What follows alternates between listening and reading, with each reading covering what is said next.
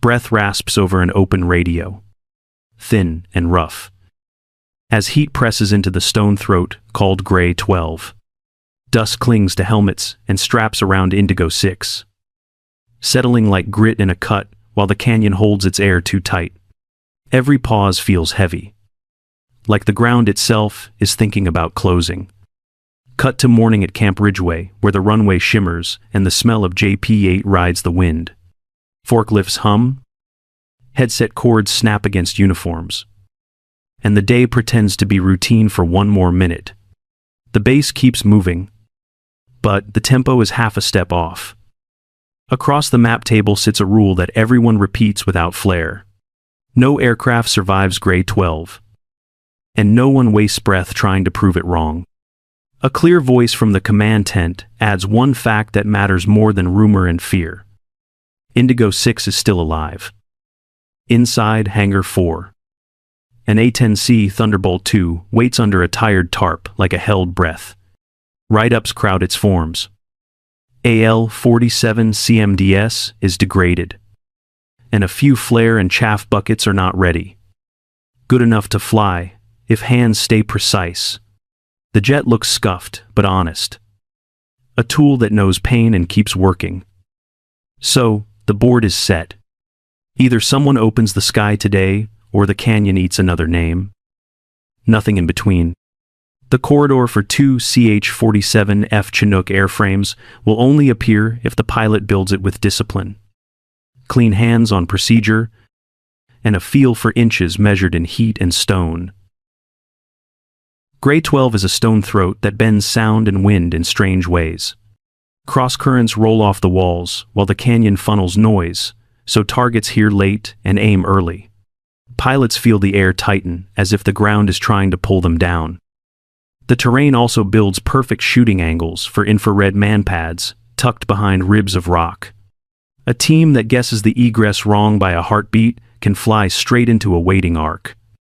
Once inside, line of sight snaps shut and the exit becomes a knife edge. Terrain masking can hide a jet from sensors and eyes, but it can also hide the only safe turn. A shallow attack angle is not style. It is survival. Because steep fire creates ricochet that can skip down into friendly positions. Offsets keep the gun clear of Indigo 6 and keep the canyon from punishing good intent.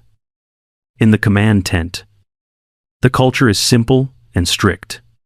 Colonel Patrick Nolan asks one thing in a calm voice. Is Indigo still breathing? And the answer moves the room from argument to action. No one tries to fly a cockpit from a chair because that habit gets people killed. The frame for Rotary Detachment 47 is even cleaner. Two CH-47F Chinook airframes will conduct casualty evacuation or extraction only when Ghost 3 opens a corridor that is cleared and controlled.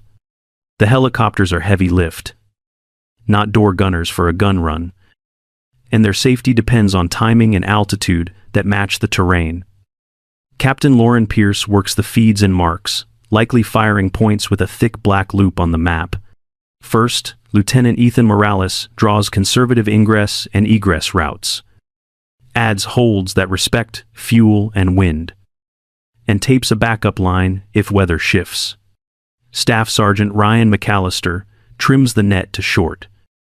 Clean bursts, so pilots hear breathing, not chatter. Risk is not theater here. It is math done at low altitude, where inches matter, and every second has a price. That is why the unit keeps the language tight and lets the plan breathe, only when the corridor is real. So, the legend is not drama. It is a record written by wind, rock, and missed exits. And everyone on the line knows the line by heart. No aircraft survives Gray 12. At least not yet. That belief sets the stakes for today now. Heat wobbles over the runway at Camp Ridgeway as the morning pretends to be ordinary. The smell of JP-8 hangs thin, while forklifts glide and headset cords snap against sleeves. The base talks in small sounds. Boots click. Tool carts. Pause. And the horizon shivers like a mirage that knows something the rest of us do not. Lieutenant Cole Evelyn Parker walks the line with quiet shoulders and flight gloves already on. She is Ghost 3. The kind of pilot who treats habit like armor and lets skill do the talking. Inside, Hangar 4. An A-10C Thunderbolt II waits under a tarp that never looks fully still. Write-ups sit in the forms. But there is no red X.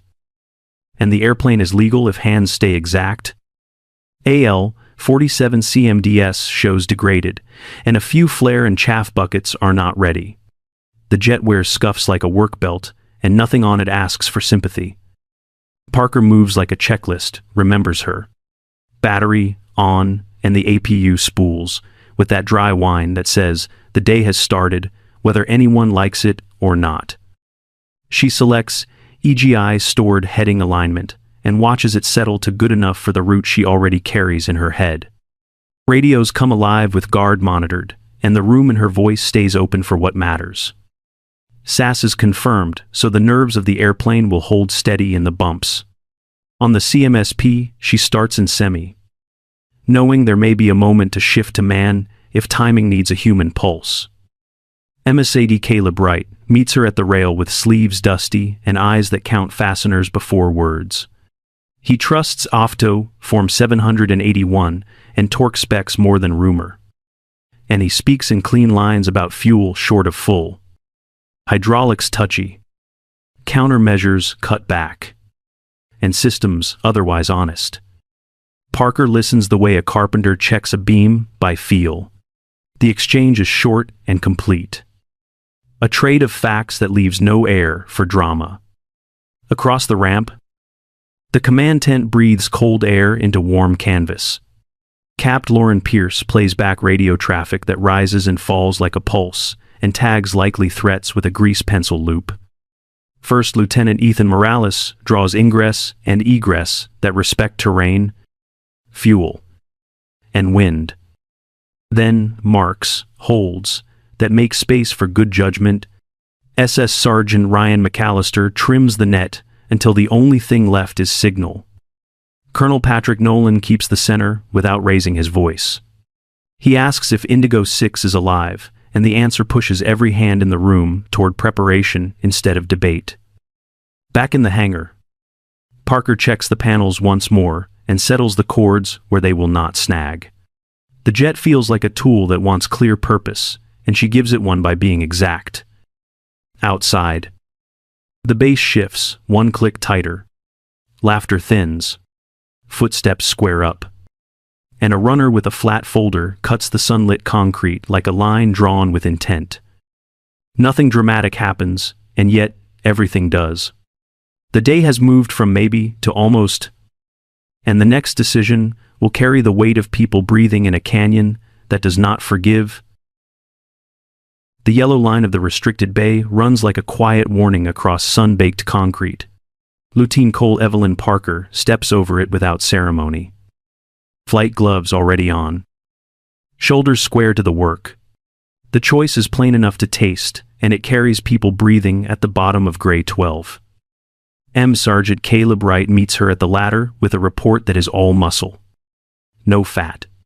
Fuel sits short of full. Hydraulics are touchy. ALE-47 CMDS is degraded, with several flare and chaff buckets not ready. Write-ups exist. And there is no red X. The jet is legal if the hands stay exact.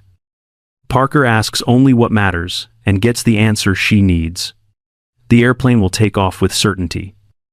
And landing will depend on margins. Runway. And procedures done right. Risk is not a dare here. It is a calculation paid for in inches. She pulls the tarp clean and climbs the integrated boarding ladder into the cockpit that fits like a tool. Battery on and the APU spools to a dry, steady whine as the panels wake. EGI's stored heading alignment comes up to good. Radios are set with guard monitored. SAS is confirmed. And the countermeasures panel starts in semi with a plan to shift to man if timing must be human. Tower calls for intentions and withholds taxi. Parker reads the words for what they are and releases the brakes anyway. Nose wheel rolling, as if the aircraft had been waiting all morning. The violation is not hidden, and the purpose is not small. Out on the flight line, faces lift, then drift aside on their own. Procedures live on paper, but Gray 12 lives in memory. And boots find room for the warthog to pass. The base exhales in a thinner rhythm as the jet turns for the taxiway. Inside her headset, the flow stays clean and spare. Checks run short and honest. Cords are tucked. And the seat rails carry the vibration of a machine that tells the truth. The stakes ride in silence with her, and the weight of them steadies the hands. Discipline and consequence are part of the bargain, and she takes both with open eyes. The uniform code will have its day if she comes back. But the canyon has people now, and they do not. The nose begins to creep, and the decision leaves the room where talk matters. The command tent finds its balance as soon as Ghost 3 starts to roll. Colonel Patrick Nolan holds the center with one steady question about whether Indigo is still breathing. The answer locks the room on a single purpose. He does not try to fly the jet from a chair. He builds a frame that pilots can trust. Time windows. Ingress and egress axes. Altitude bands. A hard deck. Clean deconfliction. And a lean report flow are set in plain terms. Rotary Detachment 47 takes its task with no drama. 2 CH-47F Chinook airframes will execute casualty evacuation or extraction only after the corridor is declared clear by Ghost 3. Heavy lift will not test luck inside the canyon. Captain Lauren Pierce works the feeds with an eye for what can hurt first. She marks firing points on the map and ranks them with short notes that everyone understands. Her pencil loops are thick and deliberate, so no one misses them under pressure. First Lieutenant Ethan Morales draws routes that respect fuel, wind, and terrain. He adds holding points far enough to buy judgment and a secondary exit if weather turns or threat lines shift. Tape pins the plan where hands can reach it without searching. Staff Sergeant Ryan McAllister shapes the radios into a clean channel. He cuts chatter and keeps only short bursts that carry facts and positions. Pilots should hear their own breathing, not a wall of voices. The rules for the net are simple and repeated once. Call signs, position, and status go first. Everything else waits unless it changes the risk right now. The map lies flat, and the tent hums with fans and quiet power. Hands move less, but with more intent. And the flow starts to feel like a machine that has been tuned. A final black loop circles Gray 12 and stays there like a fixed star. Nolan checks the frame without raising his voice. Pierce tracks threats. Morales guards the path for heavy lift. McAllister keeps the air clear. The room is done arguing and is now ready to back the pilot already in the canyon. Outside, heat shimmers over the ramp while forklifts fade into the background.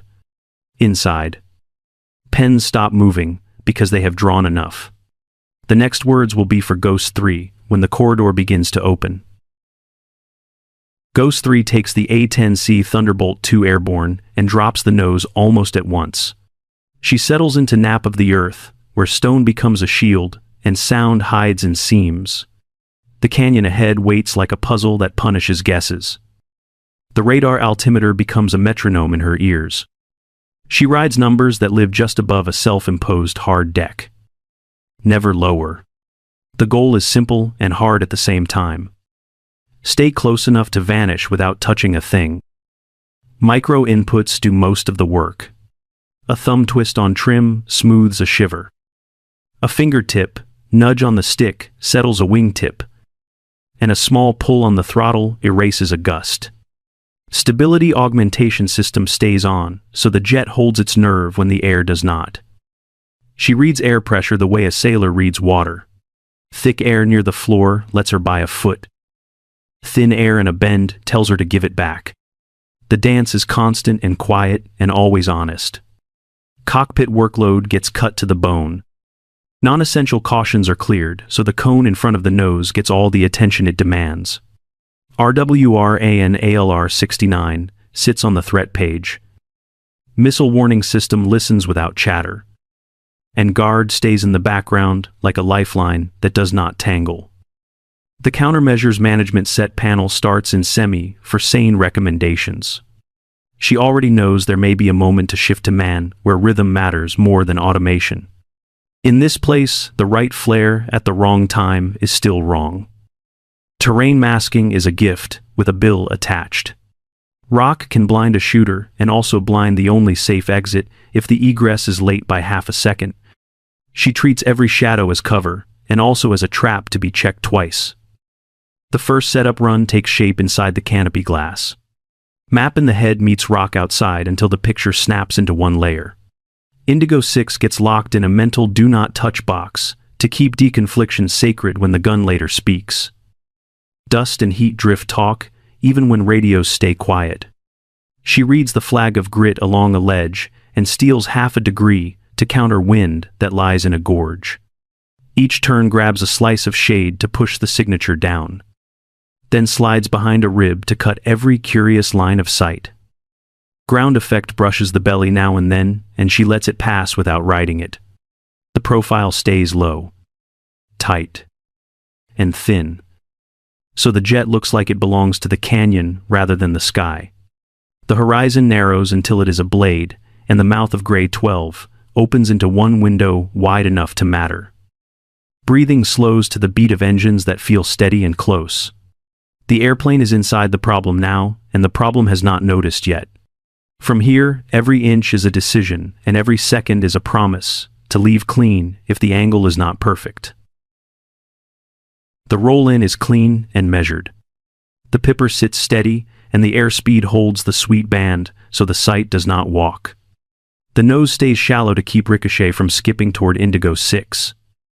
The GAU-8A speaks in a short burst that lasts a breath and a half. 30x1, 73 rounds stitch a tight rake and then stop so the barrel can breathe. She is already leaving the angle. Egress is low and quick. The jet folds into terrain masking and slips behind a rib of stone. The next pass will come on a fresh axis so no one can set a trap.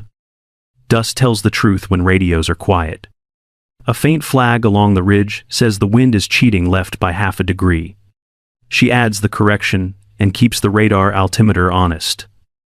Stability augmentation system stays on to steady the airframe when the gorge throws a shoulder. Communications stay minimal so no one steps on another pilot's breath. The net carries facts and nothing more. Cockpit workload is trimmed to what matters. Known essential cautions are cleared. The RWR and ALR-69 rides on the threat page, while the missile warning system listens in silence. Countermeasures start in semi for sane timing. She is ready to shift to man if the canyon demands human rhythm. In this place, even a good flare at the wrong beat can make things worse.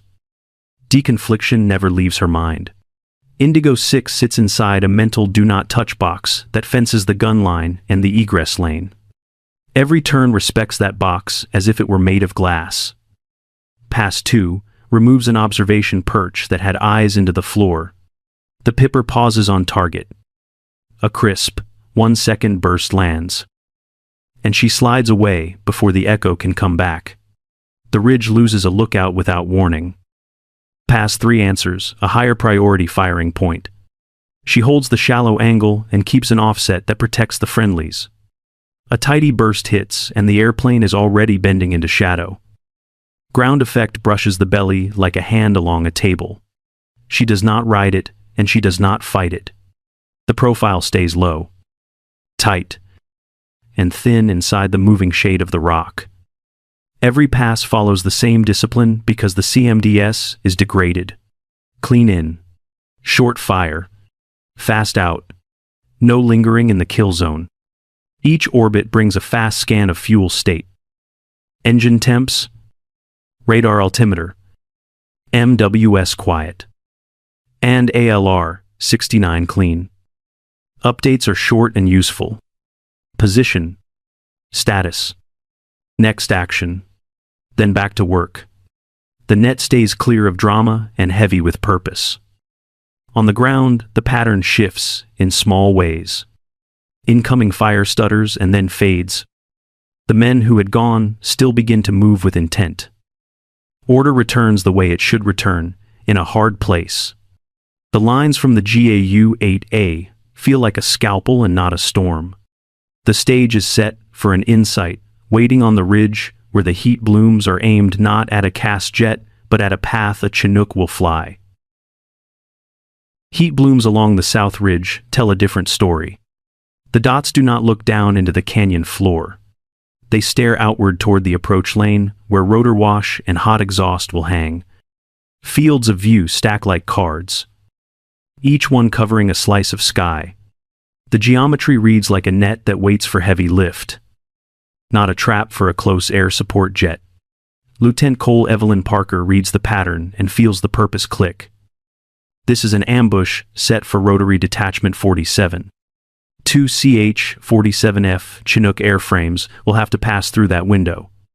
If the screen stays up, the corridor never exists. Parker shifts priority without drama. She sends a short call that she is engaging the South Ridge. Comms stay minimal. Deconfliction stays tight. And the countermeasures panel remains in semi with a plan to move to man when timing belongs in her thumb. Inside the command tent, Capt. Lauren Pierce tags infrared manpads nests in order of threat. She marks lines of fire that intersect the helicopter lane and pushes an update that is short and useful. The map begins to show a screen rather than scattered shooters. First Lieutenant Ethan Morales redraws the path for heavy lift with a conservative hand. He adds a hold far enough out to wait for a clear call and a secondary exit that works if wind or threat lines shift. Fuel and time get guarded like lives, because they are. Staff Sergeant Ryan McAllister trims the net until nothing steps on anything else. Position, status, and change only, said in clean bursts. Pilots should hear their own breathing and the one fact that matters next. Colonel Patrick Nolan keeps the frame steady and does not try to fly the jet from a chair. He lets the plan pivot around the reality that an A-10C is already inside the canyon. Support bends to the pilot who has the picture through glass, not through a screen. Back over the rocks, Parker drops the nose into a tidy setup run that favors a clean egress. She glances at the threat page and at the quiet missile warning system, then checks the radar altimeter and fuel. The airplane feels heavy in a good way, like a tool about to be used for the thing it was built to do. The room and the ridge arrive at the same conclusion. The scattered pieces form one clear image and the tempo rises by a notch. From here, every second belongs to tearing out the screen so the two Chinooks can come in and get out alive. The south ridge rises in the glass and the jet feels heavy in a good way. Airspeed sits in the band where the pipper stays honest, and the G-load pins her into the seat without stealing control. Cautions flicker at the edges and then fall away as task focus narrows. She holds a shallow line so the gun will not throw metal toward Indigo 6. The GAU-8A speaks for 1.5 seconds, and the sight picture collapses on a launcher that turns to scrap. Egress begins before the echo finishes, and the airplane disappears into shadow. Terrain masking cuts view lines as she slides behind a spur. A quick scan checks fuel state, engine temps, and a radar altimeter that reads true. Missile warning system stays quiet, and the ANALR-69 shows no fresh threats. She circles back on a shifted axis to stay unpredictable. The pipper sets. The band holds. And a tight second burst cuts a firing point that stares straight into the helicopter lane. The jet leaves low and fast because this canyon punishes linger. A white spear jumps from the ridge and rakes across her peripheral vision. The seeker reaches for the Chinook that is holding outside the mouth, hungry for rotor wash and hot exhaust. Lieutenant Cole Evelyn Parker moves without ceremony and takes the line away. She slides the A-10C between the missile and the helicopter, offering twin GETF-34S as the brighter target. Missile warning system begins to wail, and the ANALR-69 hums under it like a drum. She flips the countermeasures from semi to man, so timing lives under her thumb. This is not a bet on flares. This is a terrain problem with a terrain answer. Training writes the next steps in her hands. She banks toward the shooter and keeps the nose honest, so the seeker does not get a gift. The airplane presses along the wall to cut line of sight. Radar altimeter. Riding just above a hard deck, she will not cross. Stability augmentation system stays on, so control feels crisp under changing loads. Trim holds authority, while speed and bank angle shift faster than comfort. The first flare bloom goes wide in the seeker's mind because the engines paint a hotter truth. The missile settles on the jet and follows like a moth chasing a porch light. Rock scrapes sound into a single note as she rides the wall. Dust ribbons under the belly, and the horizon thins to a narrow blade that points at a slot. Timing becomes a breath you can count and then cannot count anymore. She holds the line a few beats longer to drag the missile deeper into the seam. At the mark, she pulls clean along the stone and tightens the turn until glass is full of rock. The seeker cannot bend that corner and drives straight into granite. The blast hits sideways and shakes the airframe hard. The horizontal stabilizer shudders and then finds a steady tremor. One engine coughs and relights while a hydraulic caution blinks and fades. Her hand rests on the manual reversion handle while eyes sweep the panel. The system remains in normal and she is ready to select reversion only if the hydraulics fail, the way the checklist demands. A quick CMDS test shows partial response and the engine temps read rough but within life. Fuel sits tighter than she wants, and the horizon is not level, but it is honest. The radios carry a clipped update and then go quiet again. In the command tent, the room understands that she killed a missile with stone and not with a fistful of flares. Breathing returns to the pace of engines. She gathers the jet into a low protective orbit and watches the ridge for new teeth. The act just bought time for two Chinooks that still need a clean sky to move lives out of a hard place. Ghost 3 holds a low guard around Gray 12. Offset from the rotor lane, so her wake never touches the helicopters. Lieutenant Colonel Evelyn Parker keeps the orbit tight and clean, firing only to cut threads that try to reach up from the rock. On the floor, Senior Chief Dylan Hart moves the team with quiet authority.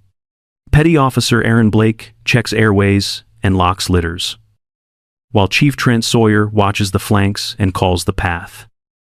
The first CH-47 F Chinook kisses the dirt and drops the ramp early.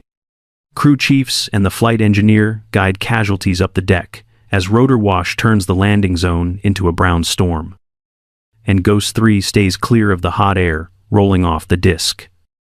A last glint flashes on the ridge and Parker rolls in from the cold side. The GAU-8A speaks for a blink. The threat folds, and she has already gone back into shadow. The second Chinook slides in as the first lifts heavy and turns out. Head count, straps, rifles, and eyes are confirmed in clipped calls that waste nothing. Communications stay minimal and guard is still monitored. Every cockpit scan hits fuel state.